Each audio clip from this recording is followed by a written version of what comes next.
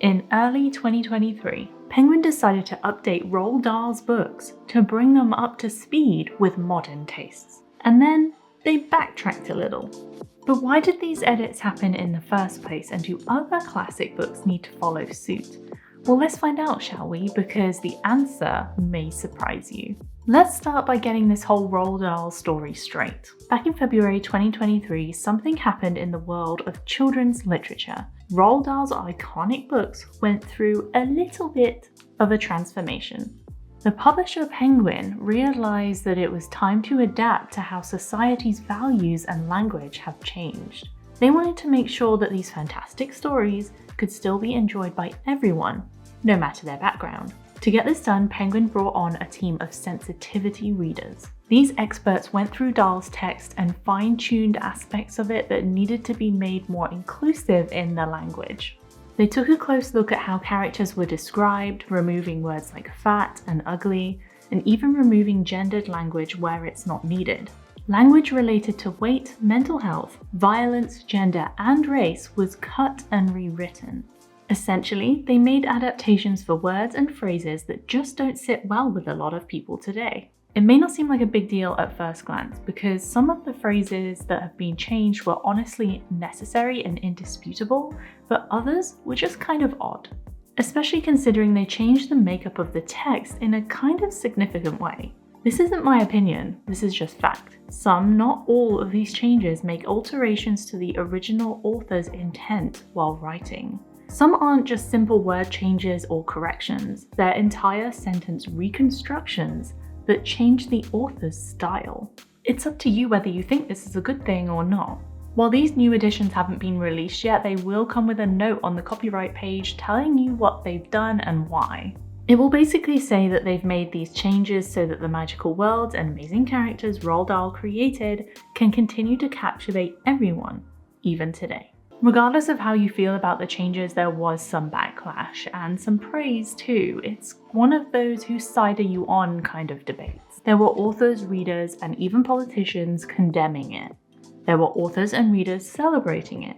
But there was an outcome. Not long after, Penguin announced that these editions would still be printed, but the classic, unabridged version would too. This way, parents and children could pick up whichever edition of the books that they wanted to read most. So let's look at the fallout from this, because there are a few really important things to consider, and then there's something else that's really interesting that I think you'll love to know. First of all, there's a very real risk of this kind of thing falling into the wrong hands. Editing already published work without the author's consent could set a standard for doing so. And while the changes are inevitably good in this case, as Suzanne Nossel from PEN America says, those who might share specific edits to Dahl's work should consider how the power to rewrite books might be used in the hands of those who do not share their values and sensibilities. If we're not okay with certain books being banned for reasons we don't agree with, then who is to say that those works can't one day be edited too? Especially if the author is not around to have a say. Then there's the issue of whitewashing. If we do move forward with updating older books like this, are we running the risk of portraying the author more favourably than they deserve? In Dahl's case, he was openly racist and anti-Semitic. This isn't anything new, and in fact, this isn't the first time his books have been edited either. In the first edition of Charlie and the Chocolate Factory, the Oompa Loompas were black pygmies that were enslaved by Willy Wonka.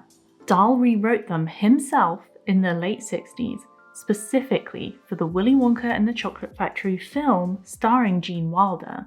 Which brings us to the real crux of the matter, the thing we've been waiting for, the reason why Roald Dahl's books have been edited: money. Just like in the late 60s when Dahl edited his own work himself to make it more commercially viable, the exact same thing is happening right now because Netflix is involved. Up until 2021, the Dahl estate owned the rights to his books, but now they're owned by Netflix, who paid more than $500 million for them.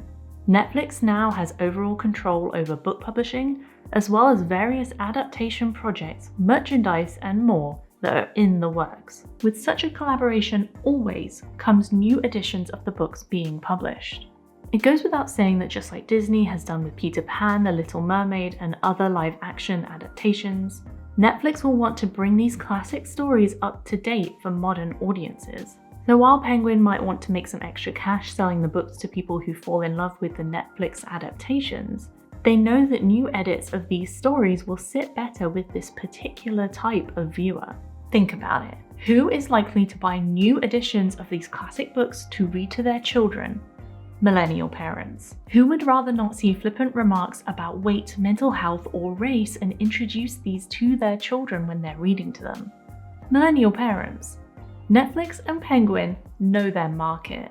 These viewers likely won't want to read versions of the stories with language that offends or alienates them, so they're releasing new versions that appeal. Penguin's existing deal over the rights to Roald Dahl's books is said to not be affected by Netflix buying out the whole company, but they will be taking advantage of these new releases in the adaptations.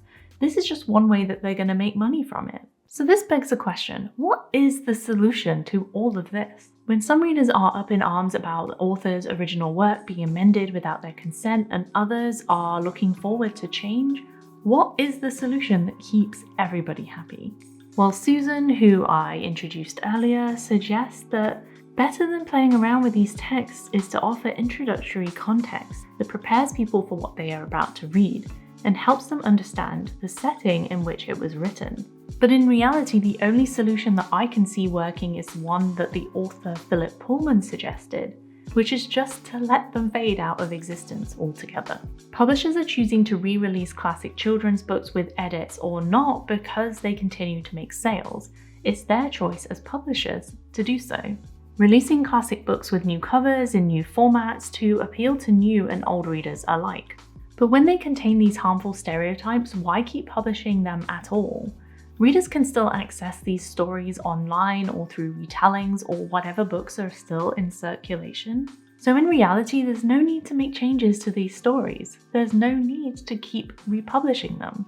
The only reason it's done is sales.